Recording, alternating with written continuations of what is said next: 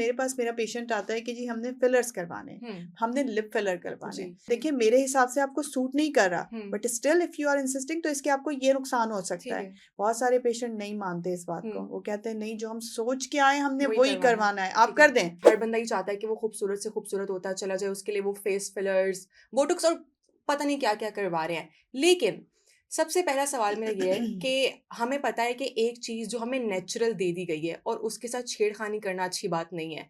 तो ऑब्वियसली आप लोग का काम है, लेकिन आप लोग के पास पेशेंट आते हैं तो क्या आप उन लोगों को गाइड करते हैं कि नहीं ये नहीं करना चाहिए, या बस फिर वो मनी मेकिंग वाला है कि नहीं ये करना है? ऑब्वियसली इसमें लोगों की भी चॉइसेस होती हैं, बट आप उन लोगों को कैसे गाइड करते हैं?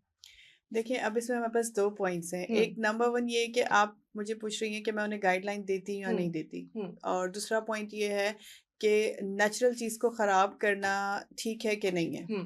सबसे पहले मैं आपके पहले क्वेश्चन का आंसर करूँगी कि अगर मनी मेकिंग के लिए देखें हर बंदे ने मनी मेकिंग करनी होती है ऑब्वियसली, बिकॉज़ मेरे बिल मैंने खुद पे करने हैं, किसी और ने पे नहीं करने। ऑब्वियसली तो मुझे अपने लिए मनी भी बनानी है।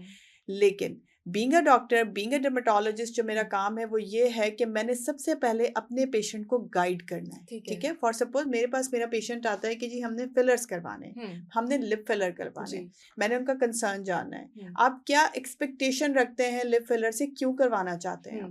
अगर वो मुझे कहते हैं कि हम कोई सेलिब्रिटी हैं, हम कोई मॉडल हैं, हमने लाइक अपने लिप्स का पाउट बनवाना है, बहुत इनहेंसिंग लिप्स चाहिए, फैशन में हैं, तो भी मैं उनका कंसर्न जानती हूँ कि वो क्या चाहते हैं। क्या एक नेचुरल से थोड़ी सी बेहतर वाली लुक चाहिए आपको, या आप चाहती हैं कि वो जो आजकल एबनॉर्मल पाउट चल रहे हैं वो आपको चाहिए। देखिए मेरे लिए सबसे ज़्यादा इम्पॉर्टेंट ये है कि पेशेंट का नुकसान ना हो, उसका कंसर्न भी पूरा होना चाहिए और उसकी नेचुरल जो शेप है वो भी नहीं ख़राब होनी चाहिए।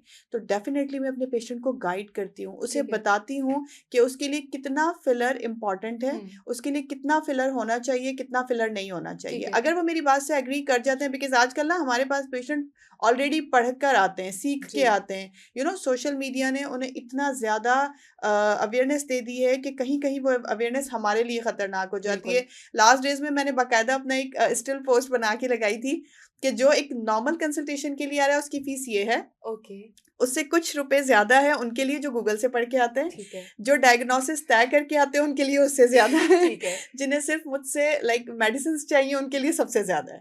यू नो डॉक्टर की डायग्नोसिस, हमने इतना पढ़ा डायग्नोसिस बनाने के लिए, आपको गाइड करना हमारा सबसे पहला कंसर्न होता है। गाइडेंस के बगैर एटलीस्ट अगर मैं अपनी बात करूं या किसी भी अच्छे डॉक्टर की बात करूं, मेरी फील्ड से रिलेटेड डॉक्टर हो या कोई भी डॉक्टर हो, वो कभी भी बगैर गाइडेंस के अपने पेशेंट को ट्रीट नहीं करेगा। और प्रोसीजर्स की तरफ तो सवाल ही पैदा नहीं होता, बिकॉज प्रोसीजर एक बार हो गया, फिलर बोटॉक्स कोई भी है, बोटॉक्स फॉर सपोज 6 से 8 महीने निकाल जाएगा, आपका फिलर 2 साल निकाल जाएगा, उससे पहले वो नहीं खत्म होगा। फिलर के डिजॉल्वर्स हैं, एम डिजॉल्वर डाल देते हैं जहां से काम खराब होता है, बट बोटॉक्स के लिए आपको वेट करना पड़ेगा। So first of all we should give the guidance, we should give the like proper consultation. उसमें काउंसलिंग होती है कि ये देखिए मेरे हिसाब से आपको सूट नहीं कर रहा, but still if you are insisting तो इसके आपको ये नुकसान हो सकता है। बहुत सारे पेशेंट नहीं मानते इस बात को, वो कहते हैं नहीं जो हम सोच के आए हमने वही करवाना है, आप कर दें। लास्ट ही वीक में मेरे पास एक पेशेंट आई and she is only 27 years old। She was literally beautiful, उसकी skin each and everything, but वो हर चीज के लिए आर्टिफिशियली एग्री थी कि मुझे फेक आई लैशेस लगा दीजिए, मुझे आप फिलर डालें लिप्स में। उसके लिप्स माशाल्लाह बहुत अच्छे थे, बट उसने मुझसे इंसिस्ट करके 1 ml उसमें फिलर और डलवाया। मैंने उसे आधे घंटे कंसल्टेशन दी और काउंसिल किया कि आप बहुत खूबसूरत हैं, आपको जरूरत नहीं है मेरे हिसाब से, आप 30 क्रॉस करें शायद आपको जरूरत पड़ जाए। बट शी वाज लाइक कि नहीं, आप कर दें, आप कर दें डॉक्टर साहबा, मैं खुद रिस्पॉन्सिबल हूँ। मैंने उनसे कंसेंट फॉर्म साइन करवाया कि मैंने आपको ये चीजें गाइड की हैं, but if you are not like going with my treatment then आप रिस्पॉन्सिबल हैं। देन शी वाज लाइक कर दे, और मैंने कर दिया। सो ऐसे भी पेशेंट्स होते हैं, या बट बहुत सारे ऐसे पेशेंट्स होते हैं जो कहते हैं डॉक्टर साहबा आपको क्या मुनासिब लगता है, आपको क्या लगता है कि हमें क्या करना चाहिए। देन हम वहां पर उनको गाइडेंस देते हैं, जो उनके लिए बेहतर होता है वो करते हैं।